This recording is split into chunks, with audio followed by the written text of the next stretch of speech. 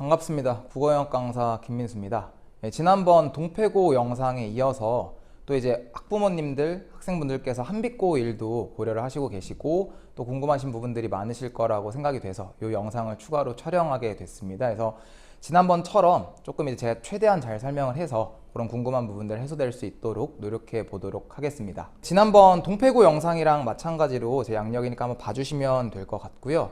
오늘의 이제 전반적인 목차입니다. 그래서 한빛고1 국어의 특징에 대해 전반적으로 조금 설명을 드리고 그걸 바탕으로 한빛고1 국어 내신 시험의 특징을 말씀드릴 거고요.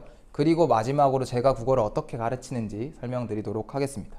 네, 한빛고1 국어의 특징 중에 이제 수업 교재에 대해 먼저 말씀을 조금 드릴 건데 크게 세 가지 정도를 생각해 주시면 될 것 같아요. 그래서 교과서랑 학습지랑 이제 모의고사를 활용한다라는 건데 조금 더 구체적으로 보면 네, 교과서 같은 경우는 신사고 미인 교과서를 활용을 하고요. 학습지 같은 경우는 문학학습지랑 문법학습지가 제공이 된다라고 생각해 주시면 되고 이제 모의고사 같은 경우가 동패고 1과 조금 차이점이 있는 게 제가 이제 이 영상에 설명을 할 때 한빛고 1 영상이지만 아마 이제 한빛고 1을 생각하고 계시면 동패고 1까지 같이 고려를 하실 거라고 생각을 하시기 때문에 좀 비교하듯이 설명을 좀 드리면 동패고 같은 경우는 지난번에 말씀드렸던 것처럼 부교재를 아예 줍니다. 그래서 과거의 3개년 기출을 출제하는 느낌이라면 한빛고는 그게 아니라요. 그 해, 당해에 아이들이 이제 학교에 올라가면 3월, 6월, 9월, 11월 4번의 모의고사를 보게 되는데 그 모의고사를 보고 나서 바로 시험에 출제한다라고 생각해 주시면 될 것 같습니다. 그래서 예를 들면 3월 모의고사를 보고 나서는 1학기 첫 중간고사에 출제를 하게 되고요. 6월 모의고사를 보고 나선 7월에 있는 1학기 기말고사에 출제를 하고 9월 모의고사를 보고 나서는 2학기 중간고사에 출제를 했습니다. 다만 이제 11월 모의고사 같은 경우는 올해 12월에 이제 밀렸기 때문에 이번 시험 범위에 들어가지는 않되 만약에 그렇지 않았다면 아마 출제를 하지 않았을까라고 생각을 하고요. 그래서 그런 식으로 당해 모의고사에 있던 작품들을 시험 범위랑 엮어서 출제를 하고 출제 자체는 문학작품 중심으로 출제가 된다라고 보시면 될 것 같아요. 그래서 독서를 출제하는 건 아니고 문법도 아니고 문학작품들을 시험 범위 내 지문들과 엮어서 출제를 한다. 그렇게 생각을 해주시면 될 것 같습니다. 조금 더 이제 구체적으로 보면 교과서가 제가 저기 써놨는데 한두 단원 정도가 들어가기 때문에 뭐 동패나 한빛이나 교과서 중심으로 수업을 나가는 학교는 아니라고 생각해 주시면 될 것 같습니다. 올해 기준으로는 올해 이제 뭐 문학 한 단원 정도에 문법 한 단원 정도가 들어갔는데 좀 중요하게 기억해 주셔야 될 게 뭐냐면 제가 여기 학습지에 교과서 작품이라고 써놓은 게 이제 무슨 뜻이냐, 교과서 안에서 어떤 범위를 선정하더라도 그걸 교과서로 잘 나가질 않습니다. 그 교과서 작품에 대해서 학교 선생님께서 학습지를 직접 만드셔서 배부하고 그 학습지로 진도를 나간다라는 게 조금 특징이고요. 그렇기 때문에 이제 뭐가 중요하냐면 교과서에 없는 내용 역시도 추가로 학습이 많이 된다라는 걸 꼭 기억해 주셔야 될 것 같아요. 그래서 그런 부분들과 또 이제 문학학습지 같은 경우에는 교과서 범위에 없는 외부 지문을 이 작품과 엮어서 뭐 동일 작가의 작품이라던가 유사 주제의 작품이라던가 또는 고전 시가가 들어가면 뭐 유사한 주제의 다른 고전시가 작품들이 출제가 되고 또는 어떤 소설 같은 경우는 교과서에 없는 소설을 출제를 하고 그걸 또 전문으로 구하셔서 아이들에게 읽게 한 다음에 시험 범위에 모두 포함시켜서 출제한다라고 생각해 주시면 되고 문법 역시 시험 범위가 교과서로 정하긴 하되 거기 없는 범위도 출제가 된다라는 걸 꼭 기억을 해주셔야 됩니다. 그래서 학습지 위주로 진도를 나가다 보니까 교과서에 있는 내용을 똑같이 이제 동패랑 마찬가지로 겨울방학 기간 내내 선행하는 게 그렇게 큰 의미는 많이 없다라는 걸 꼭 기억해 주셔야 되고 그 다음에 이제 모의고사인데요. 모의고사 같은 경우에 중요한 특징 중에 하나가 학교 수업을 진행하지 않고 시험 범위에 출제한다라는 겁니다. 그러니까 이게 무슨 말이냐면 시험 범위가 모의고사에 공지가 되게 되면 그거를 학교에서 진도를 나가고 그걸 시험에 내는 게 아니라 그 시험 범위 공지 밑에 뭐라고 써 있냐면 전국연합학력평가 해설지를 꼼꼼하게 읽어볼 것 이렇게 써 있거든요. 그래서 학생들 입장에서는 혼자 공부해야 되고요. 물론 이제 학원을 다니게 되면 저희 같은 경우도 그 교과서 외에 이 모의고사 작품을 수업을 진행해주고 교과서 작품과 어떻게 엮어서 나올 수 있을지를 설명은 하되 여기 이제 학생 혼자 공부하기에는 또 교과서가 아니다 보니까 평가 문제집이나 연습 문제도 많이 없기 때문에 그런 부분들이 조금 어려울 수는 있다. 다만 이제 그렇게 모의고사를 어렵게 출제하진 않고요. 이제 기존에 출제됐던 선지들을 해설지를 바탕으로 재활용하는 경우가 좀 많고 보기 같은 것들도 재활용하는 경우가 많아서 모의고사 그 지문을 좀 꼼꼼하게 학습을 하고 언어적인 감각이 좋다면 큰 문제는 안 될 텐데 혹시나 이제 우리 아이가 국어를 조금 못하거나 어려워한다면 이거 이제 혼자 공부하는 게 조금 부담이 될 수는 있다라고 생각해 주셔야 될 것 같습니다. 다음에 이제 학기별 시험 범위에 대해 좀 말씀을 드리면 어차피 뒤에서 좀 구체적인 건 설명을 좀 드릴 거여서 전체적인 범위만 조금 말씀을 드리면 문학이랑 문법 중심의 출제라고 보시면 될 것 같아서 동패와의 차이점은 동패는 독서까지 출제를 하는데 올해 기준으로는 한빛고는 일단 여기 화작이 조금 들어간 거, 화작이 이제 말하기랑 글쓰기인데 사실상 시험에서는 말하기랑 글쓰기를 시험 볼 수는 없기 때문에 말하기 지문, 예를 들면 뭐 토론이나 토의나 협상 같은 지문, 또는 이제 작문 같은 경우는 글쓰기, 뭐 건의문이나 이런 것들인데요. 그런 것 지문들을 주고 읽고 푸는 문제입니다. 그래서 그게 이번 기말고사에 출제된 걸 제외하고는 나머지 시험 범위엔 전부 다 문학과 문법 중심으로 출제가 됐다라는 걸 기억해 주시면 될 것 같고, 제가 여기 기말고사 미정이라고 정해놓은 건, 적어놓은 건 지금 시점 자체가 이제 중간고사가 끝나고 이제 기말고사를 대비하는 기간이거든요. 다만 이제 한빛고 특징 중에 하나가 시험 범위를 미리 안 알려줍니다. 그러니까 아이들이 이제 뭔가 학원에 가서 선행하거나 이런 것들을 이제 별로 선호하지 않기 때문에 그런 것들을 안 알려주기 때문에 이건 아직 미정이어서 그건 이제 추후에 알려지게 되면 이제 아마 진행이 될 거고, 일단 여기까지 생각을 해주시면 될 것 같고요. 그 1학기를 보면 중요한 특징 중에 하나가 1학기 때는 객관식과 논술형이 모두 있었습니다. 그래서 90점은 선택형, 오지선다형이었고 10점은 이제 논술형으로 단답형도 아니고 어느 정도 좀 길게 써야 되는 문항들이었습니다. 그래서 또 이제 논술형이 중요한 게 문항이 엄청 쉽게 그냥 주는 문항도 몇 개가 있긴 한데 또한 절반 정도 5점에서 6점 정도 또 어려운 문항을 출제하고 또 꼼꼼하게 외워야 되는 문항을 출제하기 때문에 논술형이 있고 이게 좀 쉬운 파트는 아니다. 좀 꼼꼼하게 외우고 또 문법으로 나오면 어렵게 출제했던 파트이기 때문에 좀 중요하다는 걸 기억을 해주셔야 되고, 요게 이제 1학기 때는 두 번 다 저렇게 이제 출제가 됐는데 이제 2학기를 봐주시면 2학기는 논술형 문항이 따로 출제가 되지가 않았습니다. 그래서 2학기 중간고사는 전부 다 오지선다형 객관식으로 출제가 됐고, 그렇기 때문에 내년에는 똑같이 뭐 논술형이 나올지 안 나올지 정확히 이제 예상할 수는 없는 상황이고요. 한빛고를 생각하고 있다면 당연히 객관식 문항도 있고 논술형 문항도 출제될 수 있다라는 걸 염두에 두셔야 된다라는 걸 생각하셔야 될 것 같습니다. 네, 여기까지가 이제 한빛고 국어의 특징이었고, 그 다음에 한빛고 1 국어 내신 시험의 특징에 대해 조금 말씀을 드리도록 하겠습니다. 특징 1번은요, 문학과 문법 중심의 출제인데요. 이렇게 하면 좀 더 잘 보이실 것 같아서 제가 체크를 해봤는데 이게 전부 다 문학입니다. 근데 또 이제 문학도 뭐 현대시만 나온다거나 시만 나온다거나 소설만 나온다거나 그런 게 아니라요.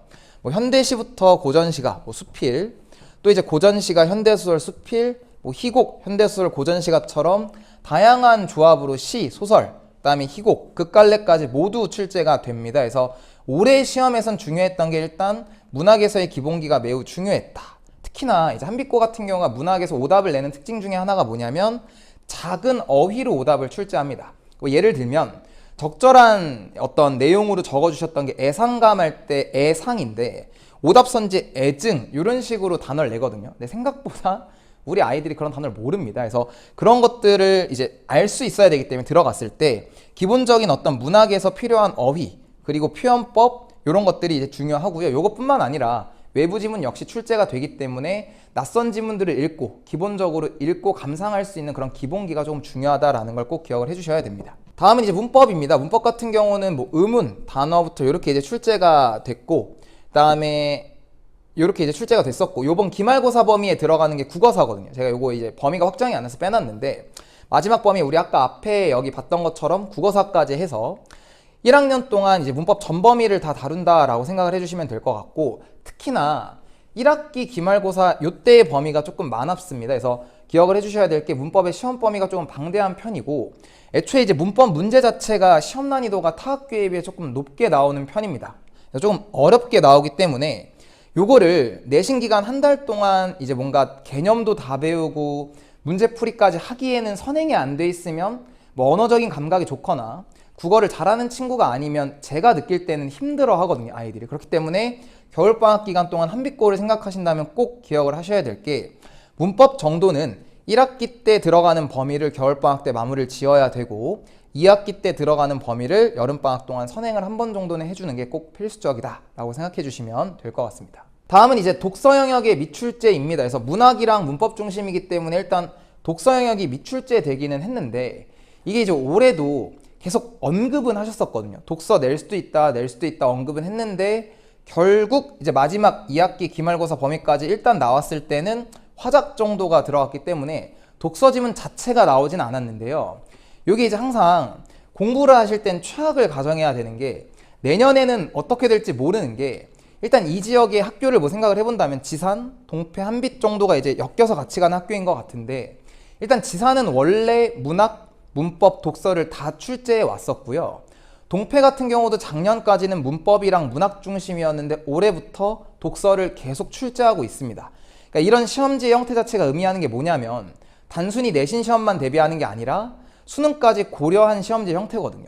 그렇게 고려해봤을 때 한빛고도 당연히 앞으로 경향상 독서를 출제할 가능성은 언제나 열려 있다는 거고, 물론 방학 때 공부했는데 안 나올 수도 있겠죠. 근데 이제 공부했다가 안 나오는 건 큰 문제가 되지 않습니다. 왜냐면 어차피 독서는 뭐 나중에 수능을 생각한다면 해야 되는 영역이고 최저까지 생각했을 때 공부를 해야 되는 건데, 만약에 공부를 안 했을 땐 어떤 문제가 생기냐, 독서는 한 달 동안 외울 수 있는 영역이 아닙니다. 그동안 우리 아이가 글을 많이 읽어갖고 책 읽는 걸 좋아하고 어휘도 많이 안다면 들어가서 잘 읽겠지만, 그게 아닌 경우에는 내신 기간 한 달 동안 뭔가 이렇게 부랴부랴 준비한다고 될 수 있는 영역이 아니기 때문에 항상 방학 기간 동안엔 독서를 꾸준히 오랫동안 계속 공부해 주셔야 되거든요. 그래서 독서는 언제든지 출제가 가능한 영역이기 때문에 꼭 겨울방학 동안에 문학이랑 문법에 편중해서 공부하지 말고 전 영역을 다 공부해야 된다라는 걸 꼭 기억해 주셔야 됩니다. 다음 두 번째 특징은 이제 교과서보다는 이제 학습지의 비중이 조금 많다라는 건데요. 요걸 이제 이렇게 보면 조금 잘 느낌이 안 오실 것 같아서 이렇게 제가 조금 바꿔보면, 아까 방금 앞에 봤던 요 범위 중에서 학습지로 진도 나간 범위를 노란색으로 체크를 한 겁니다. 다음에 이걸 착각하시면 안 되는 게, 교과서가 0이라고 해서 교과서 범위가 안 들어갔다는 게 아니라요. 제가 아까 앞에 말씀드린 것처럼 교과서로 범위를 정해놓고도 교과 안에 있는 작품도 학습지로 나갔다는 얘기입니다. 그렇게 했을 때 실질적으로 교과서를 거의 활용하지 않았거든요. 그럼 이게 이제 어떤 문제가 생겨버리냐면, 교과서 같은 경우에는 주석 교과서라고 교사용 교과서가 있습니다. 그 교사용 교과서가 있고 거기서 나오는 이제 평가 문제집 같은 것들이 있기 때문에 어느 정도 공통된 기준이 있고 이렇게 가르쳐라라는 선이 있는데, 그걸 이제 학습지로 나가게 되고 또는 교과서에 없는 작품들을 학습지 위주로 나가게 되면 어떤 문제가 생기냐, 또 외부 소설 같은 걸 많이 갖고 오시거든요. 이게 이제 출제 기준이 없습니다. 그러니까 나라에서 만들어 놓은 교과서에 있는 작품이 아니다 보니까 가르치는 사람에 따라 조금씩 다르게 중요한 포인트가 바뀔 수 있는 것들이거든요. 그래서 꼭 기억을 해주셔야 될 게, 한빛고 같은 경우는 지금 수업 방향 자체가 내신에서는 어느 정도 학교 수업 내용과 필기가 중요한 수업입니다. 왜냐하면 똑같은 학습지여도 누가 가르치냐에 따라 필기가 다를 수 있고 강조해주는 부분이 다를 수 있고, 또 실제로 보면 한빛고에 이제 국어 선생님이 한 분이 아니라 여러 분이신데 반마다 필기가 조금씩 다릅니다. 그러니까 물론 출제를 할 때는 그걸 다듬어서 공통된 것들이랑 무난한 것들을 출제하시긴 하는데, 수업을 나갈 때 강조해주는 지점이나 설명해주는 내용이 조금씩 필기가 다르거든요. 그래서 그런 것들을 전부 다 반영을 해서 꼼꼼하게 정리해 줄 수 있는 어떤 수업과 학습이 필요하다라는 걸 꼭 기억을 해주셔야 되고요. 네, 다음 특징으로는 이제 문학에서 특징을 조금만 구체적으로 말씀을 드리면, 내신과 수능형 문항이 복합적으로 출제된다라는 건데, 제가 느낄 때는 올해 기준으로는 동패보다는 한빛이 아직 조금 더 이제 내신형, 그러니까 좀 어느 정도 외워야 되는, 외우지 않는다면 조금 애매할 수 있는 선들이 조금 많은 편입니다. 다만 이제 그게 학교 수업과 필기를 통해 선을 정해주시기 때문에 그런 걸 꼼꼼하게 정리하고 나면 좀 깔끔하게 풀리는 문항들이 있고, 또 그것뿐만 아니라 이제 수능형 문항으로 외적 증거인 보기를 활용하는 문항이나 외부 지문을 출제하고 있고, 모의고사, 아까 말씀드린 모의고사 범위를 변형해서 그 문제들을 변형해서 교과서 작품과 엮어서 내는 문항들을 출제하고 있습니다. 예시를 조금 보여드리면, 이게 이제 전부 다 이번 한빛고1 2학기 중간고사에 출제됐던 작품들이고 우리 아이들이 풀어온 이제 문제들인데요. 저희 왼쪽을 봐보시면 이 지문이 저는 이제 개인적으로 올해 경향상 엄청 특이하고 좀 괜찮다라고 느꼈던 게, 이게 이제 귀향연습이라는 작품이 시험 범위에 들어갔던 소설이었습니다. 고향을 주제로 한 어떤 소설이었는데, 그걸 바탕으로 정지용 시인의 고향이라는 유사 주제의 작품을 출제를 했었고, 이 지문의 내용과 이 작품의 내용을 비교하는 문항을 출제한 겁니다. 다만 특징적인 게 뭐냐, 보통 기존의 이제 학교들이 내신형에서, 내신 문항에서 외부 지문을 출제할 때 지식형 문항 위주로 많이 출제합니다. 그러니까 지문만 주는 거죠. 그리고 그 지문에 대해서 모의고사보다 훨씬 깊게 물어보거든요. 그러니까 그 지문 자체를 먼저 알고 있지 않다면 아이들 입장에서 처음 보는 지문을 이 정도로 읽을 수 있을까? 라는 것들을 조금 많이 출제하는데, 한빛 같은 경우는 이 지문은 그렇지 않고 이 보기에다가 지문의 내용에 대한 정보를 전부 다 넣어줬고요. 요걸 바탕으로 얘를 해석했으면 됐습니다. 사실상 독서, 수능 문학이나 수능 국어를 조금 잘하는 학생들은 저 보기를 바탕으로 저 문제를 풀었으면 되기 때문에 전혀 어려움이 없는 깔끔한 문제였고, 또 저런 문제만 또 출제되는 건 아니고 여기 12번을 보게 되면 시험 범위에 들어갔던 게 정철의 관동별곡이라는 작품, 가사 작품인데요. 그 동일 작가 정철의 송민곡이라는 동일 작품 중에서 동일한 의미를 지니는 어떤 시어를 묻는 문제인데, 요게 이제 외부 지문이라 그래서 이런 게 전부 다 수능형 문항은 아닙니다. 왜냐면 최근 수능에는 이런 문제를 내지 않습니다. 그러니까 이런 거 이제 지식형 문항이기 때문에 물론 읽고 문제를 풀 수 있긴 한데, 그게 이제 고전 시가가 어느 정도 해석이 된다는 전제가 돼 있어야 되고, 또 객관적으로 보면 문맥을 발췌해 놓은 거기 때문에 이것만 보고 정확한 내용을 완벽하게 해석하기는 쉽지는 않습니다. 다만 이제 지문이 워낙 뻔하다 보니까 원내에서도 동일 작가의 작품들 다 이제 해석하고 공부를 시켜서 보내서 쉽게 맞춰왔는데, 이런 식으로 어느 정도는 또 필수 작품에 대한 지식이나 내용 학습도 좀 돼 있어야 된다라는 걸 기억을 해주셔야 되고, 또 이제 요거 같은 경우는 이제 모의고사에 들어갔던 범위가 출세곡이었는데, 그걸 이제 시험 범위 안에 들어갔던 작품이 관동별곡과 엮어서 이렇게 둘을 비교하는 문제가 출제가 됐대서, 결론적으로 조금 말씀드리면 단순히 내신형 문항뿐만 아니라 수능형 문항 역시 출제가 되고 있고, 그렇기 때문에 공부를 할 때 방향을 좀 잡을 때 당연히 내신 기간 때는 내신형 문항을 대비하기 위해 그의 학교 수업과 필기를 반영한 학습이 철저하게 이루어져야 되고요. 그것뿐만 아니라 겨울방학이나 여름방학, 방학 기간 동안 국어 전반에 대한 기본기를 철저하게 좀 학습을 해놔야 결국 시험장에 들어갔을 때 이런 낯선 지문들이나 보기를 읽고 푸는 문항이 나와도 당황하지 않고 풀 수 있다라는 걸 꼭 기억해 주셔야 합니다. 그다음에 이게 이제 좀 중요한 특징인데, 제가 여기도 써놨는데, 이 문학에서의 경향이 1학년에서 끝나는 게 아니라 2학년 1학기까지 이어지게 됩니다. 그래서 한빛고일 같은 경우는 2학년 1학기가 문학이 출제가 되고요. 1학기 내내. 2학년 2학기가 언어와 매체라고 하는데, 매체가 사실상 출제가 안 되기 때문에 언어만 출제가 되고요. 언어가 문법이라고 생각해 주시면 됩니다. 즉 정리하면 2학년 때 1학기 때는 문학, 2학기 때는 문법을 출제를 하는데, 우리 아이가 이제 1학년 때 문학을 조금 못해, 또는 기본기가 잘 안 잡혀 있으면 그게 단순히 1학년 때 성적에만 영향을 주는 게 아니라 2학년 1학기까지 통으로 날릴 수 있다라는 거고, 또 우리 아이가 이제 1학년 때 문법을 철저하게 공부를 못 해두면 2학년 2학기 때 한 학기 내내 문법을 진행하게 되는데, 그 한 학기의 내신에서 좋은 성과를 얻기가 힘듭니다. 또 이제 문법 같은 경우는 학교에서 어떻게 진행을 하시냐면 1학년 때 배운 거니까 라고 하시면서 조금 빠르게 진도를 나가고 범위도 훨씬 많아지거든요. 실제로 아이들을 보면 1학년 때 국어 공부를 제대로 하지 않다가 2학년 때 오는 친구들을 보면 그런 부분들에서 조금 많이 어려워하거나 힘들어하는 경우가 있기 때문에 한빛고를 생각을 하시면 꼭 겨울방학이나 이런 기간을 이용해서 문학과 문법에 대한 학습은 잘 해두셔야 되고, 그게 단순히 1학년뿐만 아니라 2학년 때에도 영향을 준다라는 걸 기억을 해주셔야 됩니다. 그래서 시험을 보면 중간고사는 조금 쉬웠기 때문에 크게 문제가 없었는데, 이때 쉬웠던 이유가 전부 다 필기 중심형 문항이었습니다. 그러니까 써준 내용들, 수업 때 알려준 내용들을 출제했기 때문에 등급컷이 조금 높았는데, 요 1학년, 2학년 1학기 기말고사 조금 특징적이었던 게 매우 어려웠었는데 1등급 컷이 83점이고요. 만점자는 없었고 2컷이 79였습니다. 이때 이제 왜 어려웠나를 생각을 해보면 외부 작품이 12개 정도가 출제됐습니다. 보기랑 뭐 외부 지문 자체가 그렇기 때문에 아이들 입장에서는 중간고사에 비해 훨씬 어렵게 느꼈을 거고 등급컷이 많이 떨어졌다라고 생각을 해주시면 될 것 같습니다. 그래서 이런 식으로 언제든지 문학을 어렵게 낼 수 있는 학교고, 문학을 조금 어렵게 가져가려는 경향이 보이는 학교이기 때문에 문학에 대한 어떤 철저한 학습이 중요하다라고 기억해 주셔야 합니다. 다음은 문법 영역에서의 고난도 출제입니다. 그래서 문학뿐만 아니라 문법을 또 한빛이 특히 어렵게 내기로 좀 유명한데, 일단 1번은 적지 않은 시험 범위고요. 두 번째는 학교 수업과 실제로 출제되는 문항 간에 조금 괴리가 있습니다. 1학년 때는. 이게 이제 무슨 말이냐면, 학교에서 진도 나가는 걸 보면 개념 중심의 수업을 하면, 그러니까 내용을 알려주는 식으로 이제 수업을 진행하게 되는데, 실제로 문제가 출제되는 걸 보면 문항 발상을 보면 수능에서 요구되는 문항 발상을 가져다가 문제를 만드시는 경우가 많거든요. 그렇게 되면 이제 문제가 뭐냐, 우리 아이가 개념은 꼼꼼하게 공부했는데 그 개념에서 출제되는 문제 유형이나 또는 오답선지를 소거하는 발상을 익숙하게 학습하지 못했다면 개념이 아니라 문제 유형 때문에 그 문제를 틀리는 경우가 생깁니다. 예를 들면 이런 문항인데, 이렇게 이제 탐구과정형 문항으로 순서를 따라서 조건을 누적시키는 이런 문항 같은 경우가 빈출되는 문항인데요. 저기 한빛고일 같은 경우는 1학년 중간 기말, 2학년 중간까지 모두 출제가 됐습니다.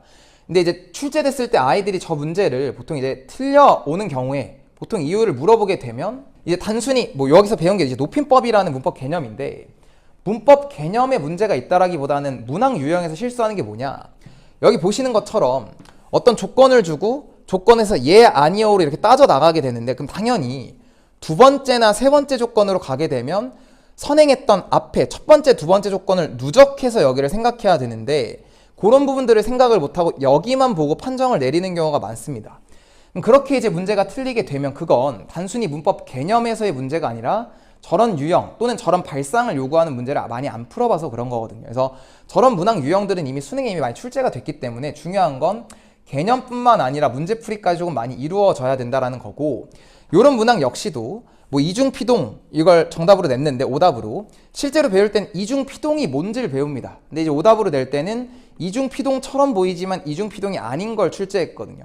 근데 그런 발상은 이미 수능에서 오답으로 빈번하게 출제됐던 거기 때문에 얘도 마찬가지고, 결론적으로 조금 말씀드리면 문법을 이제 반드시 선행을 해야 하는 하되 그걸 단순히 개념만 배우는 걸로는 좀 부족하고요. 시험에서 좀 고득점을 하기 위해서는 그 단원과 관련해서 출제될 수 있는 문제 유형이라던가 그 문제를 풀어나가는 발상, 오답으로 빈출되는 어떤 발상들을 추가로 학습하는 게 중요하다라고 기억해 주시면 되겠습니다. 그리고 이게 역시 아까 앞에 말씀드린 것처럼 2학년 언어와 매체, 근데 매체를 안 배우기 때문에 문법이라고 생각을 하시면 되는데 여기까지 영향을 주게 되고요. 요번 2학년 2학기 중간고사까지 치러진 시점에서 요 중간고사에 전교 만점자는 없는 상황이고 1컷은 87.7입니다. 그래서 아이들이 조금 많이 어려워했다라는 걸 알 수 있습니다. 그래서 요게 1학년 때 학습이 잘 안 돼 있으면 2학년 때까지 영향을 주니, 결국 결론적으로 다시 한 번만 정리해 드리면 문학과 문법에 대한 학습은 단순히 1학년뿐만 아니라 2학년까지도 영향을 준다. 꼭 기억해 주셔야 됩니다. 마지막으로 제가 국어를 어떻게 가르치는지에 대해서 설명드리고 마무리하도록 하겠습니다. 그래서 연간 강의 교환입니다. 그래서 크게 보시면 방학 기간 동안에는 수능 국어를 진행을 하고요. 학기 중에는 내신 국어가 진행이 된다라고 생각해 주시면 될 것 같습니다. 그래서 수능 국어가 단순히 수능만 대비하는 건 아니고 내신 기간을 위한 아까 말씀드린 전반적인 기본기를 다루는 수업을 방학 기간 동안 하고, 학기 중에는 학교별로 내신 대비가 진행이 된다라고 생각해 주시면 되고요. 네, 이런 내용들은 봐주시면 되되, 이걸 제가 좀 더 구체적으로 좀 설명을 드리면, 수능 국어부터 조금 설명을 드리면 방학 기간 동안에 수능 국어가 진행이 되는데 학습 목표는 간단합니다. 수능 국어 전 영역, 독서, 문학, 문법에 대한 기본기를 만드는 수업이고요. 이게 단순히 수능뿐만 아니라 내신에서 필요한 기본기를 다지는 시간이라고 생각해 주시면 될 것 같습니다. 그래서 수업은 일단 기본적으로는 주 1회 4시간이 진행이 되고 3시간 수업에 1시간 실전이 붙게 되는데, 요 수업 시간 동안에는 주차별 계획에 따라 독서, 문학 수업을 진행을 하게 되고, 요 실전 때는 뭘 하는 거냐? 아이들이 매주 해온 어떤 복습에 대한 복습 테스트가 진행이 되고 과제에 대한 검사가 진행이 되고 요 1대1 피드백이 진행이 되는데, 요 1대1 피드백은 다른 게 아니라 이제 우리 아이들이 모르는 게 있으면 질문을 해야 되는데 아이들이 다 같이 있을 땐 질문을 잘 안 합니다. 제가 생각해낸 게 한 명씩 옆에 순서대로 옆에 앉혀놓고 과제 검사를 하면서 모르는 것들을 물어보게 되면 그렇게 진행하면 또 이제 1대1로 붙어 있다 보니까 모르는 거나 이런 것들을 질문을 잘 하거든요. 그래서 그런 식으로 지난주에 복습한 것과 그 주의 수업들은 내용 중에 혹시나 이해가 안 되는 게 있을까봐 제가 이렇게 이제 1대1 피드백으로 진행을 하고 있습니다. 그래서 이렇게 생각해 주시면 되되, 그럼 이제 궁금해 하실 수 있는 게 정규 때 독서 문학만 진행하면 문법이 중요하다고 해놓고 방학 기간 동안 문법은 안 하는 게 아니냐라고 생각하실 수 있는데, 그게 이제 방학 때는 특강으로 진행이 됩니다. 그래서 방학 때는 요 정규 수업 외에 추가로 등원을 해서 방학에서 현장 특강을 수강하게 됩니다. 그래서 그 특강 기간 동안에 특강의 회차를 통해서 1학기 문법에 해당하는 부분들을 전부 다 선행하게 되고요. 이 특강 같은 경우는 재원생 기준으로는 별도의 수강료를 받지 않고 있습니다. 제 욕심으로 하는 거기 때문에 그 별도의 수강료를 받지는 않고 있고, 이게 이번부터 이렇게 하는 건 아니고 이미 이제 올해 동안 진행을 해올 때 겨울방학과 여름방학 동안 기존 재원생들은 전부 다 이렇게 진행을 해왔고요. 이게 지난번에 그러니까 올해까지 겨울방학이랑 여름방학 때 조금 진행을 해보니 한 8회 정도를 잡고 진행을 했었는데, 이제 올해 1년 정도를 제가 해보니까 조금 더 욕심이 생겨서 아마 요번 겨울방학 때는 한 5주, 6주 정도를 잡고 주 2회씩 정도를 해서 아마 한 12회차에서 많으면 14, 적으면 좀 10회차 요 사이로 아마 들어가지 않을까 싶습니다. 그래서 그 일정은 이제 신규생 등록이 완료가 되고 모든 학생들이 수업을 들을 수 있는 시간대를 맞춰서 제가 요거 같은 경우는 안내문을 만들어서 아이들 편으로 종이랑 종이로 보내드리고 어머님들께 문자로 메시지를 하나 더 보내드리거든요. 그래서 그렇게 아마 진행이 될 거고 해서 요걸 꼭 이용해서 독서, 문학, 문법, 전범위에 대한 어떤 학습을 마무리할 수 있도록 그렇게 이제 진행을 하고 있고요. 그다음에 이제 과제 같은 경우는 주간과제장이 배부가 돼서 그 주간과제장을 제가 데이별로 나눠서 과제를 조금 몰아서 하지 않게 최대한 학습 관리를 하고 있고 그걸 매일마다 검사를 조금 진행을 합니다. 그래서 여기 이제 확인해 주시면 이런 식으로 주간과제장이 제시가 되고 요걸 데이별로 아이들이 과제가 올라가면 여기다 과제를 해서 올리게 되고 제가 이런 식으로 과제를 제출한 걸 보고 매일 밤에 미달자를 점검을 하고 관리를 합니다. 그래서 그런 식으로 관리가 진행이 되고요. 물론 이렇게 이제 진행이 돼도 또 이제 아이들이 미루는 경우가 있기 때문에 그런 친구들은 당연히 현장에 와서 추가적으로 한 번 더 최종적으로 검사를 받고 미달된 부분들은 전부 다 마무리하고 하원한다라고 생각해 주시면 될 것 같습니다.